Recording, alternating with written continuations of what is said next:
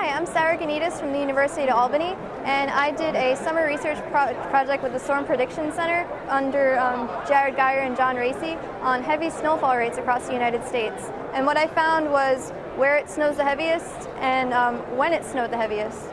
And you can see the distribution of all the stations that reported heavy snowfall rates throughout the 30 seasons from 1980 through 2010. And then this map shows which stations reported the most heavy snowfall rate observations and which stations reported the least.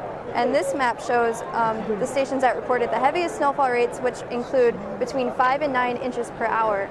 And I also included a monthly breakdown and a seasonal breakdown. And this study basically showed the importance of the human observer in station reporting of snowfall rates.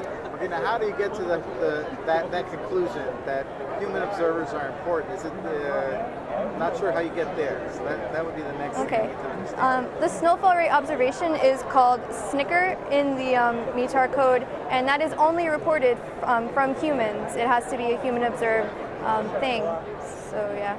So this is all human observation, what you're looking at here. And that also shows that this data is subjective, and it's been debated whether the 9 inches per hour of snowfall rate is actually accurate, and it shows the dependence on human accuracy or human error to the sensitivity of the observations. So what would you expect the distributions to look like geographically if there were no bias?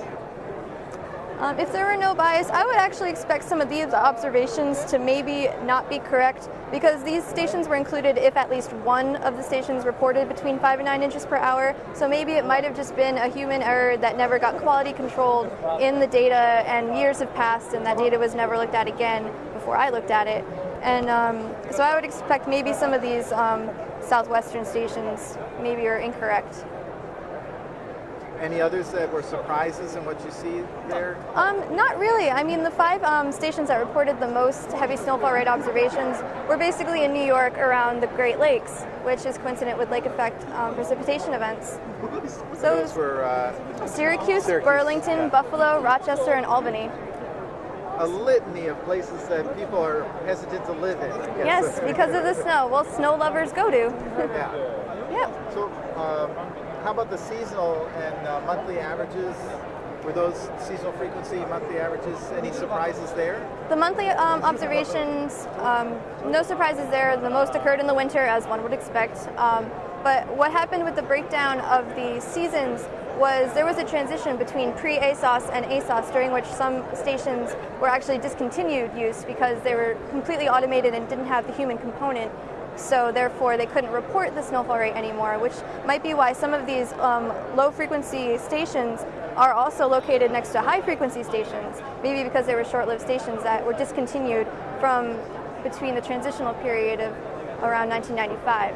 So would the next step here be to go back through some of the examples that don't look right to you and kind of see where there are breakpoints in the stations? Or? Yes, I would break down the stations further, and I would also, probably my next step would be to look at the heaviest snowfall rate observations and look at the events that those actually coincided with and see if there was a problem with the microphysics and if it actually made sense.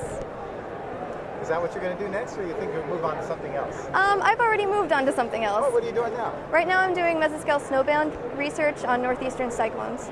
So it's related, but... Snow. Yeah. I like snow, apparently. Very good. Well, then you're doing the right stuff. Apparently. Thanks a lot.